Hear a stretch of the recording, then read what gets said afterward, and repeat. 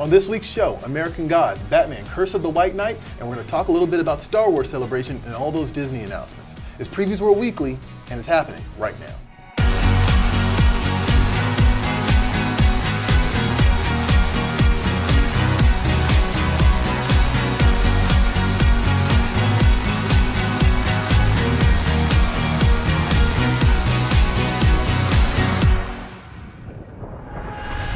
What's up, Previews World? It's Wednesday. It's New Comic Book Day, which means it's time for Previews World Weekly. I am one of your hosts, Troy Jeffrey Allen. And I'm Thea, and we're here every week to remind you guys to stop at a comic shop and get involved in the world of comics. And I appreciate Disney giving us, a couple of days to do our show. Yeah. So they could, take over the rest of the week, essentially. I'm assuming you heard about all the Disney Plus, the Star Wars Celebration announcements, all that, the Star Wars trailer. Yes. What did you think of the Episode 9 trailer? Right. I mean, I've always been a big Star Wars fan, right. But I've not been super excited, I guess, about the recent films. Yeah, I've enjoyed them, but I haven't been up in arms one way or the other. Yeah. There's always the controversy, right? There are the people that really love it, and then there are people that are like, "What is this?" And I'm just like, "It was Star Wars. It was good." It was good, right? Yeah, it's the hierarchy. It's like religion, Star Wars. Probably politics. Those are three things that people get really heated about. Yeah. It was a good teaser. I'm trying really hard not to hate it here. I admittedly have a love-hate relationship with Star Wars. Fair enough. And that goes back to 1999 probably. Right. So and we'll see. I think it's good that they're doing a hiatus, which was announced. Bob Iger, the CEO of Disney, pretty much said, "We're going to take a break from the movies."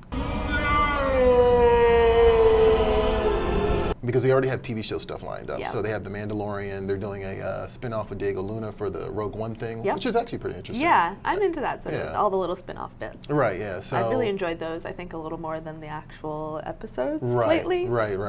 I feel like that's, I won't say the general consensus, because you see people worrying about this all the time. But I kind of get the feeling that people dug Rogue One. Everybody seems to have liked Rogue One. Yeah. People have very mixed feelings about Force Awakens, The Last Jedi, and probably the next thing that comes down the line, probably the Rise of the Skywalkers or whatever it's called. So I don't know. We'll see. It's interesting. I find it interesting, especially because people always talk about superhero fatigue, but I feel like Star Wars fatigue came a lot faster. Yeah. So the fact that they're recognizing that, it's good. Fair enough.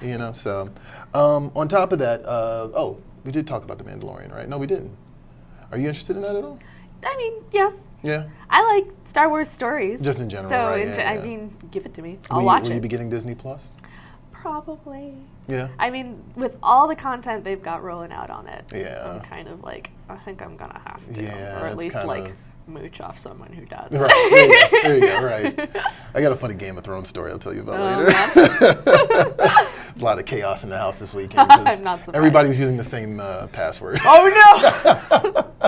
Actually, that's the story. That's the entire story. Go. You saw Shazam this weekend, I didn't did. you? What did you think? I really enjoyed it. Yeah? I thought it was a lot of fun. I had a lot of friends with mixed feelings about it, saying that they thought it was too goofy or something along the lines of too geared towards kids, and I'm like, I can kind of see that, but it was lighthearted, it was fun, and superhero movies don't always have to be for adults nowadays, guys. I get that we're all fans because we grew up with it, but it felt like a good in-between to me. You can bring the kids, and you can bring the parents are going to enjoy it as well, or people that are fans of comics are going to enjoy it. It was an enjoyable DC movie. Okay, all right. No, I like that. Yeah. I've never quite understood that. I like the balance. I prefer the balance. I think you can make something for kids and you can make something for adults. It's nice. Yeah, Shazam's not really in a grim, dark adult character. I mean, I'm not saying that's what your friends were saying, but no, but with the trend of DC films and DC characters, that is what we've been seeing is the grim, dark, super serious superheroes, right? So having the lighthearted Shazam stuff is really good. And I Aquaman was also a little more lighthearted. Oh, for sure. Yeah. So I thought it was a lot of fun. I saw Hellboy. Oh. And everyone's crapping on it. Yeah, they are. And full disclosure here, I've not read a Hellboy comic before. I've probably read maybe a few one-shots here and there, and the only other thing that I think is in the same universe is I read Mike Mignola's Screw on Head comic, which I thought was really great. I love that one. But I've never actually read Hellboy, so grain of salt, but I liked the movie. Good. I thought the movie was cool. I thought it was faster than the Del Toro ones, because the Del Toro ones can be a little plotting, like in spots, you know? Sure. Which I get. I understand he's trying to show off the effects and all the hard work put into them, all this stuff. But yeah, it was faster, and I got like kind of like a weird, like almost a profane Lord of the Rings vibe from it. But in terms of the movies. Yeah. Like there's a lot of different locations they travel to, and like a lot of like little pocket adventures throughout, which I really appreciate. I like that. Also, there's a character in there called the Baba Yaga. Right? Am I saying that right? Yeah, the Baba Yaga. And it's awesome. Like the entire scene is great. And it like really, like it was the one thing that stuck with me after the movie was over with. Cool. So actually, speaking of Baba Yaga, we're giving away a John Wick statue later in the show. Ooh. So be sure to stay tuned for that. But now, of course, it is Wednesday. It is New Comic Book Day, which means it's time for Anna Mia. And she's going to show us what's at comic shops at your local store today. What's up, Previews World? Mia here, and I'm going to give you a look at some of the new titles in store this week. Here's what's at comic shops.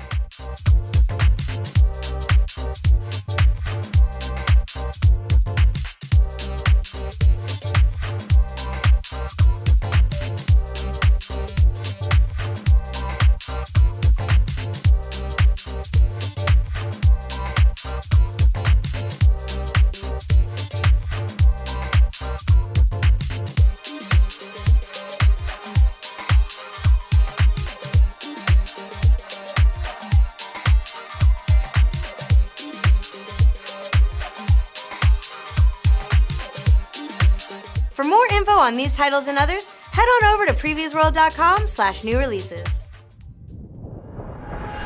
And of course, that's just a little bit of what you can find at your local comic shops this week. If you want to see the full lineup, head on over to PREVIEWSworld.com/new releases to see what we've got. What are you looking forward to? So there's a book called Relay, and it was originally presented like during Free Comic Book Day last year, and the way they pitched it was like this very Philip K. Dick like type of like Minority Report type of thing, like Nice. where it's like basically it's hard sci-fi. That's the way they're pitching it. Nice. And I picked it up, and the first thing that struck me was the artwork. Cool. And Relay number 5 is out this week, and I've been following it kind of like sporadically because the book hasn't been coming out like monthly. No shade. Because I mean the artwork is so good that it's sort of like I can understand why this takes time. And it's also, but the story is also really detailed. But it's basically about this bunch of colonizers who go to other planets, and they believe in an absolute truth. Ooh. Like, and it's like one truth, one viewpoint, and if you don't get in line with it, and it's weird because they're very like, for the most part, they're not jerks about it. Like, but once you don't agree, they're like, they blow you out of the And it's interesting because, like, especially in the internet age, right? Like, you get a lot of what is truth, and like, like all the different conundrums surrounding it. Sure. And it just impacts a lot of interesting ideas, I think. So, yeah, it's just something to look forward to. Like, it's a really interesting book, and like, it's a little heavy. But I mean, at the same time, like, it's sci-fi, and like it really plays with those ideas really nicely. So having a nice like sci-fi book is nice too, because a lot of them are pretty light. Yeah, right. And it's one of those things like it makes me go back. Like when I knew that number 5 was coming, I hadn't read the last like 2 in a while, so I just went back and reread them from the beginning. Just because it's one of those things like, let me unpack this, a little bit. So cool. Yeah, what are you into? Sounds awesome. So we've got Blossoms 666. Oh yeah. Which is like one of the Archie side goop thingies here, and we've got issue number 3 coming out right now, and this is a cool concept because we've got Cheryl and Jason Blossom. They're twins, and they live in Riverdale, and they seem like normal kids, but one of them is supposed to be the Antichrist, and they're both vying for the title. I love that. So the third issue is cool. They've challenged each other to a competition, so I guess they're sort of just duking it out over various issues to figure out who's going to end up with the title, but the challenge this issue is Corrupt Betty Cooper. Oh, okay. Actually, I love that. That's great. Because Betty's supposed to be uncorruptible, so there you go. I love that. So, yes, and the winner's supposed to claim the title, and of course there's a mysterious figure that comes into Riverdale who also wants the title now, so they have to contend with that as well. But the concept of this little series seems really fun. We interviewed one of the cover artists, Laura Braga, and she gave us a breakdown of like, oh, actually she's an interior artist too. She gives a breakdown of, like, yeah, it's really good. Gorgeous. And she gives a breakdown of like how she does the interior art, and like I think she even did one of the covers. It was really cool. Like it's part of it was for Women in Comics Month, but it was also part of our We Got It Covered series of articles. So check that out. It's on the site right now. Yeah. Also out this week, Planet of the Nerds #1. Yeah, what's this about? So it's kind of cool. Like I realized that both of these titles that I picked this week were kind of, I don't want to say they're responding to the internet, but there's some parallels here. And this particular one is about these nerds from the 1980s who basically time travel and come to 2019. Oh man. And so their entire concept of what a nerd is like shaken. And like I'm very curious where they're going to go with this, because like there might be some interesting commentary here. Sure. It's from Ahoy Comics, who also did Wrong Earth, and they've done some other really cool stuff. I think another pick of mine was Bronze Age Boogie.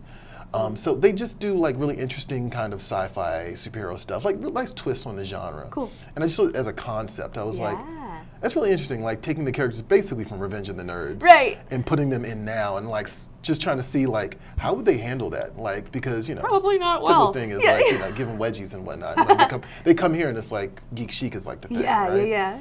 So definitely check that out. Very cool. What else we got? Mary Shelley Monster Hunter. Oh, nice. So this is from Aftershock Comics, and it just looks conceptually really cool. It's a piece of historical fiction, and the concept here is that Mary Shelley didn't just invent all her stories of Frankenstein and stuff. She actually lived them.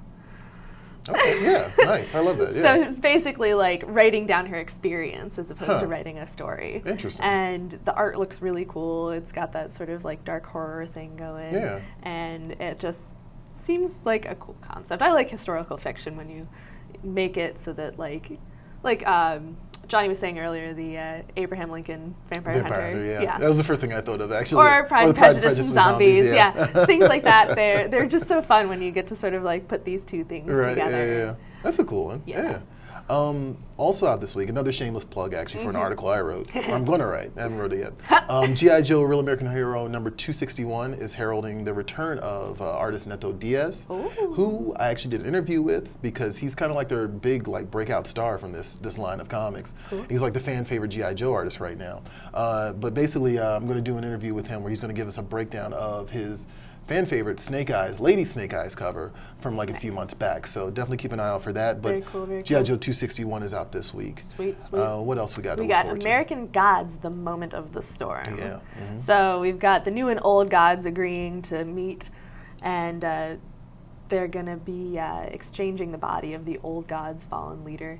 And if you follow American Gods at all, like this is a pretty big moment. Right, for sure. And like just the fact that it's a comic is so cool to me. Right. It's just a great story. I really love the American Gods stuff. Nice. On top of that, War of the Realms number 2 is coming out this week.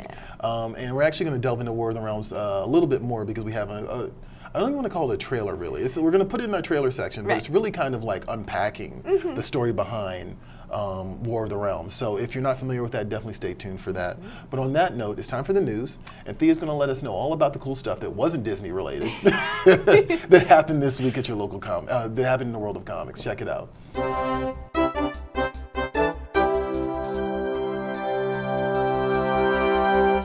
She's always been a superhero, fighting to keep the world safe with the Fantastic Four. And now, it's time for Sue Storm to take the spotlight in her own series. This July, the superstar creative team of Mark Waid, Mattia De Ulis, and Adam Hughes takes Sue on a journey that will unlock the secrets of her past in the most surprising way. Years ago, after becoming part of the Fantastic Four, everyone's favorite Invisible Woman was taking on adventures of her own on an espionage mission for S.H.I.E.L.D. Now it's up to Sue to save her former partner from danger before it's too late. Don't miss Sue's incredible adventures in Invisible Woman #1 in comic shops this July.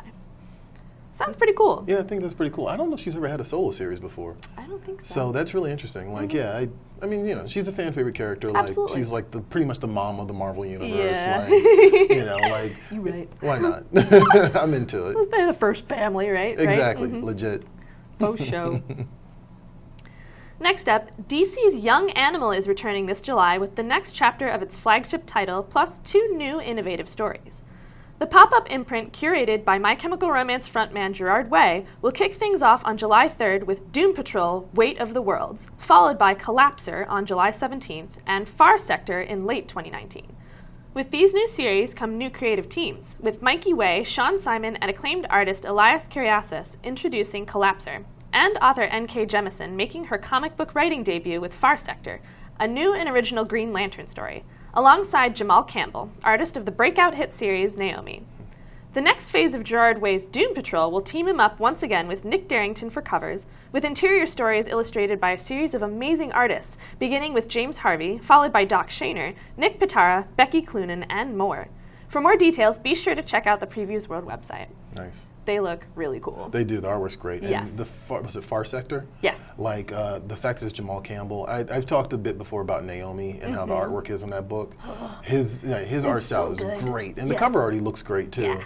It's actually really interesting too because it seems like they're actually fusing them officially into the DC universe. I feel like they were part of the DC. The Young Animal stuff was part of the DC universe, but it's kind of separate. Right. Like they didn't really graze it against each other until the Milk Wars storyline. So. Right. Yeah. It's cool to see them sort of like, okay, we actually think this is part of us now. Yeah. I'm excited about the Doom Patrol stuff. Yeah. I've actually been watching the series and it's really enjoyable. No, the TV show. Yeah. Uh-huh. That's a lot of fun. It's a fun one. Yeah. April 10th, 2019 is a special date for Blade Runner fans. It's the exact date of rogue replicant Leon, let me tell you about my mother, Kowalski's inception. Even casual fans remember Leon as the Nexus 6 synthetic human who shoots the Blade Runner, giving him a Voight-Kampff empathy test during the film's opening sequence inside the imposing Tyrell Corporation double pyramid.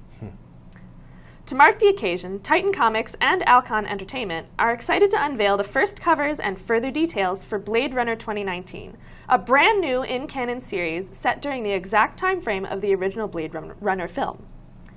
In the polluted and rain-drenched neo-noir nightmare that is Los Angeles 2019, the veteran Blade Runner known as Ash has a new case, a billionaire's wife and child, both apparently kidnapped by violent replicants.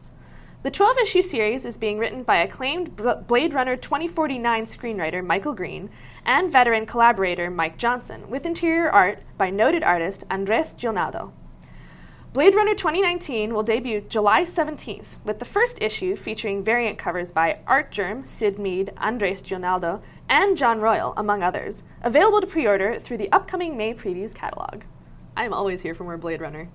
Yeah, no. Actually, we were just talking about Philip K. Dick, and there you go. Like, yeah, it's really interesting. I'm curious how. I still haven't seen the sequel yet.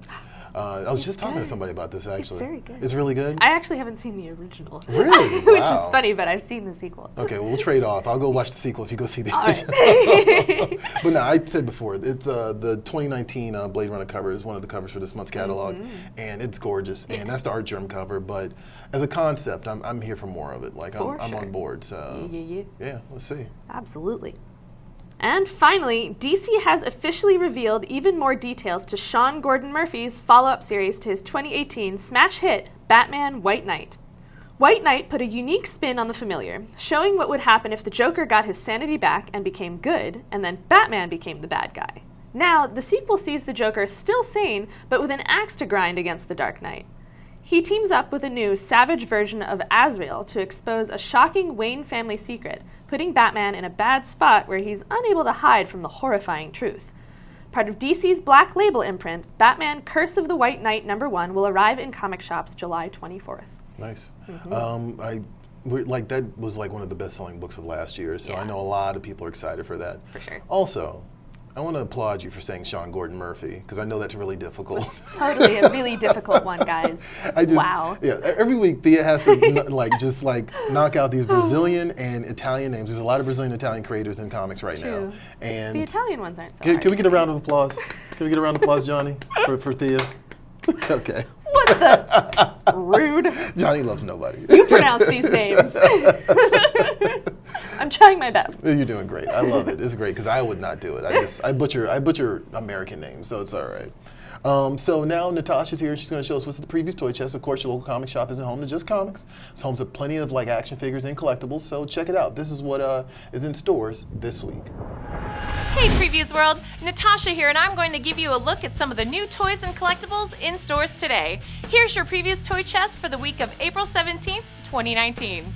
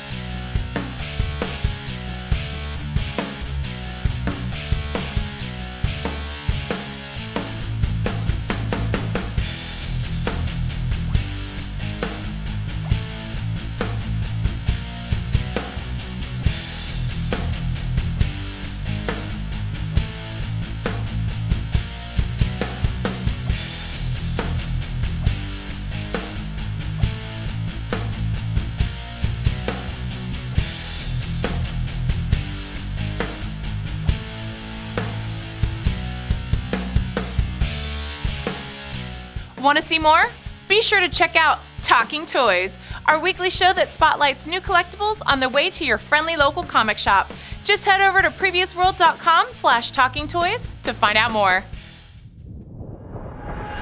So I'm actually really upset because I collect Kotobukiya Bushuju statues and like statues. That Hellraiser thing is awesome. It's pretty cool. It's a little weird, but like it's awesome weird. It's also just like really beautiful. It is, like right? the detail on it is really kind of like, With oh, all the okay. little Y'all went in on that cubes one. and all this stuff. Yeah, interesting. I'm sorry, but I just wanted to point that out. But I know you were eyeballing that Bulbasaur for sure. Right? Yeah. Little Kanto starters, they're all coming out. Right. Oh, I'm here for Pokemon. I always love Pokemon. Yeah. And then those the Teen Titans. Right, Statues. the Icon Hero stuff, yeah, like the classic Titans looks. Yeah, those are cool. But anyway, we are going to be giving away a toy earlier. Well, actually, we're going to give away a PVC diorama, for those purists out there.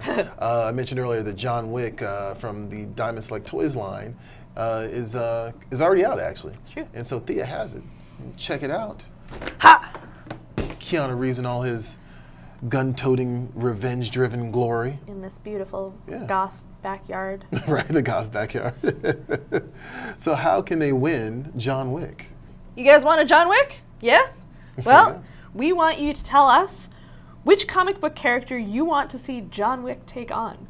Leave a comment wherever you're watching, Facebook or YouTube. We'll take entries until next week, and we'll pick one of you guys to win. Yeah. And this is definitely available in comic shops now, and it's going for a really good price too. Actually, the whole gallery line is like about $45. Oh. About $45. Yeah. And That's like they're pretty super solid. detailed. So Yeah, like he's got some blood spatter on his face and all sorts of stuff going on. A little dust on the jacket there. Yeah. It's really cool, for sure. So definitely check that out if you don't get a chance to win. But we mentioned earlier today the War of the Realms #2. I can't talk today. War of the Realms. Shouldn't have had scotch earlier. No, I'm just kidding. The War of the Realms #2 is out this week. And for those of you who are still trying to play catch up, it just so happens that the Marvel released what they call the Ultimate Comics short. So check it out, and we'll talk a little bit more about it. I'm doing a really bad job explaining what it is, but it'll make more sense because it's a recap of War of the Realms. Check it out.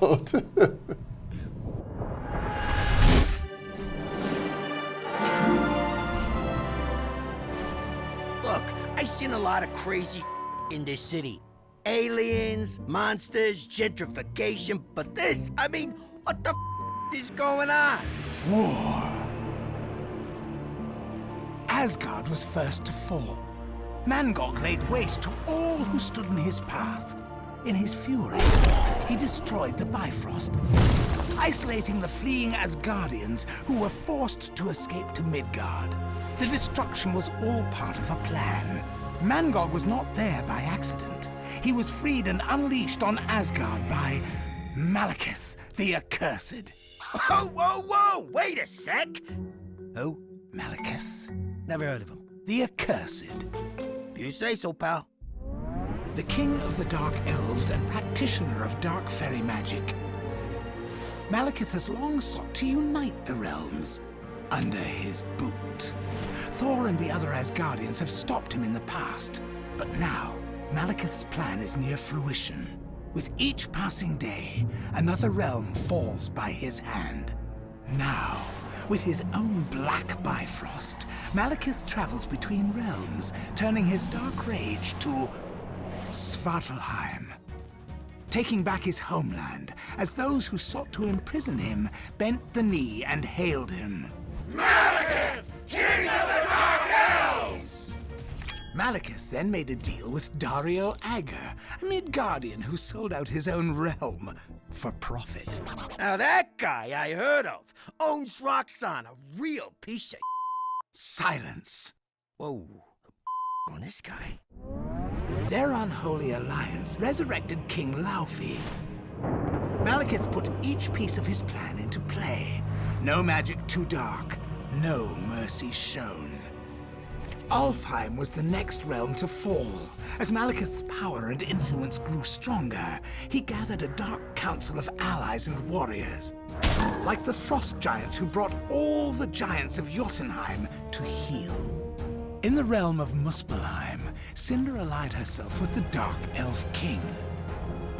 Her slaughter of the light elves who sought refuge in the dwarf realm of Nidavellir brought that realm under Malekith's banner. And then they pushed into Niflheim. They were rebuffed by Thor and Balder. A tenuous alliance between Hela and Karnilla protects the realm, but it's only a matter of time before it too falls under Malekith's rule. The Minotaur and the floating Roxen city took Vanaheim next in the name of Malekith. And with the Queen of Angels in heaven allying with Malekith, his work was nearly done. Only one realm remained, the weakest of all, Midgard. Midgard? The is a Midgard? Is that like the player in the middle of the soccer field or something? No, simpleton. Your people refer to Midgard as Earth. What? Who you calling weak, pal? Thor and all of Asgard's displaced warriors have united with Midgard's heroes. They are hopelessly outnumbered and badly outgunned, but they will do anything to stop Malekith. Oh, again with the Malekith. I mean, respectfully, you sure that's even a real name? It sounds like a type of flu or something. The name is Malekith, born from fire and pain. Nothing will stop me. Not Thor, not all of this realm's pathetic heroes. It's here in Midgard that all my plans come into full consummation. It's here on Earth. The war of the realms ends once and for all.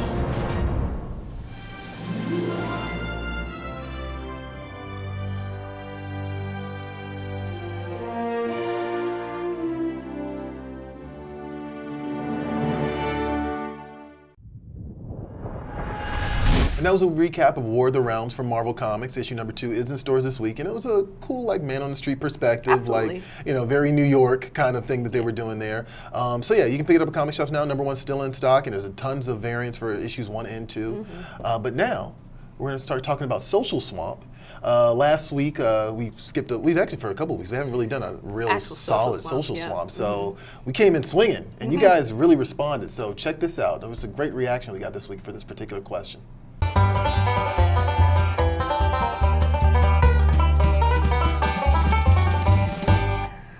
So we wanted to know if you guys read comics for escapism or realism or something in between or something else altogether.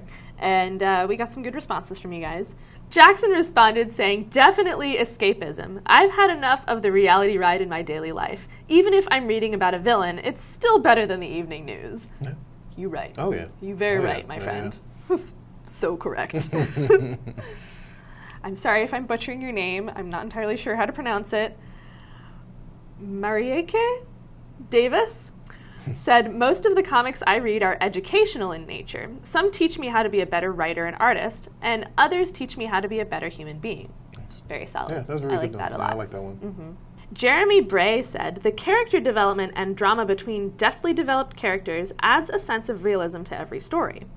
Usagi Yojimbo, by Stan Sakai in particular, shows that even anthropomorphic characters can be grounded in true emotional depth and humanity. Real escapism? Is that a thing? It is now. I love that. Fair enough. Yeah, fair enough. Yeah, I think a little that's bit a of nice both. bridge. Yeah. And then Adam Convey said, tough call. Usually I get mad when a story about a boy sent from a dying planet gains superpowers, grows up, and fights other aliens isn't believable. Fair. Yeah, hey, respect. There There is a certain level of believability that you have to Right. have in some of it, Right. even though it's totally, like, not real. Right. Yeah. I'm like, yeah, I think suspension of disbelief, but also like elements that have to be somewhat relatable, but like, you know, also there are the elements that the writer like brings to the table on their own. Absolutely. So Why did you read? you know, I'd say it's a bridge. Like I don't necessarily need characters to be relatable. Yeah. But I definitely like to. I've always been the type of person who enjoys a particular writer's voice. So that's the thing that I usually latch on to. If like I like your voice, then I follow you. I like Fair Warren enough. Ellis. I like Chuck Palahniuk. I like Grant Morrison. Yeah. Like, you know, I like those voices. That's cool. And so like I'm always more interested in that. You know, like I want to see something through someone else's lens. That's just me. That's cool. So I like what that. about you?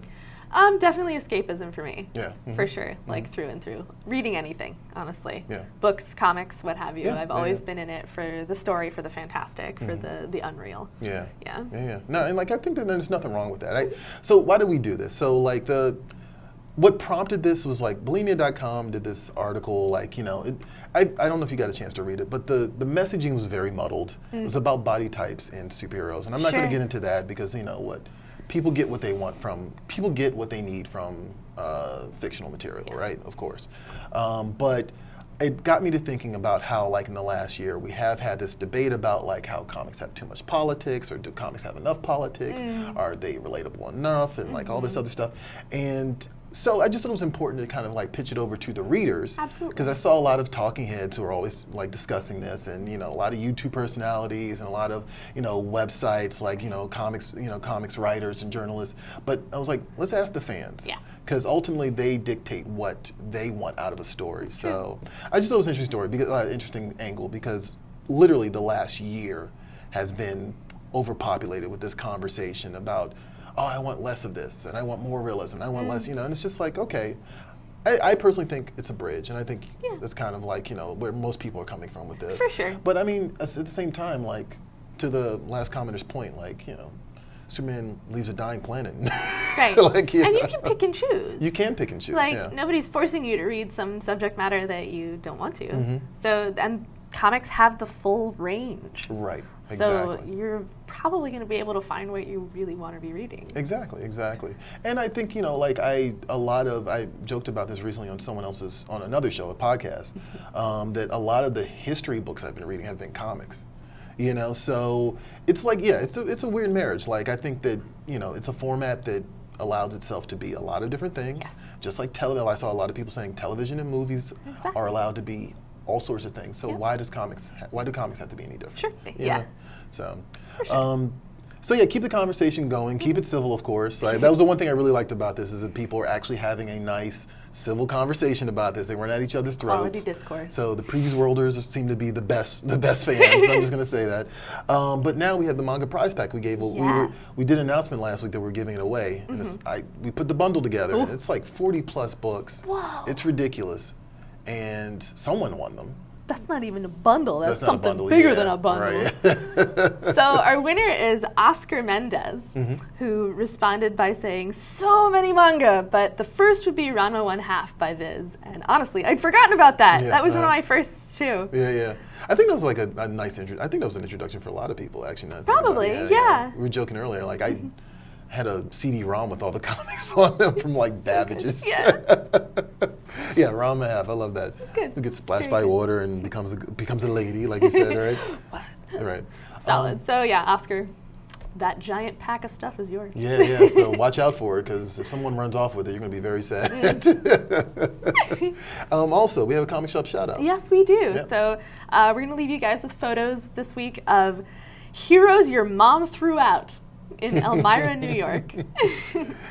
And that was sent in by Brian Schlecht. Yeah. So I always love, like, I don't expect to know every comic book shop Right. that like exists, but every other one of these that we do, I find one and I'm like, I love that name. That's such like, a there's good some really name. inventive names. There's a lot of like Dragon's Layers out there. Of course. So when you come up with, like, you know, your mom threw comics, heroes your mom threw out. heroes your mom threw out. I approve. I approve. Fun. That's fun. And of course, if you guys want to be featured on the show, let us know what your favorite local comic shop is. Use the hashtag #SupportYourLCS. Catch up with us on social media wherever you can find us, and we could feature you on the show. And that's it for us this week on Previews World Weekly. Finito. I'm Troy, and I slur my words.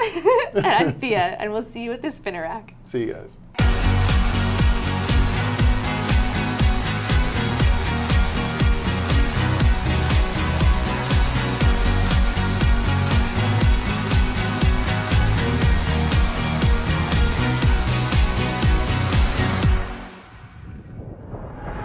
Thanks for watching Previews World Weekly. If you like the show, make sure to hit that subscribe button so you don't miss out on any future episodes.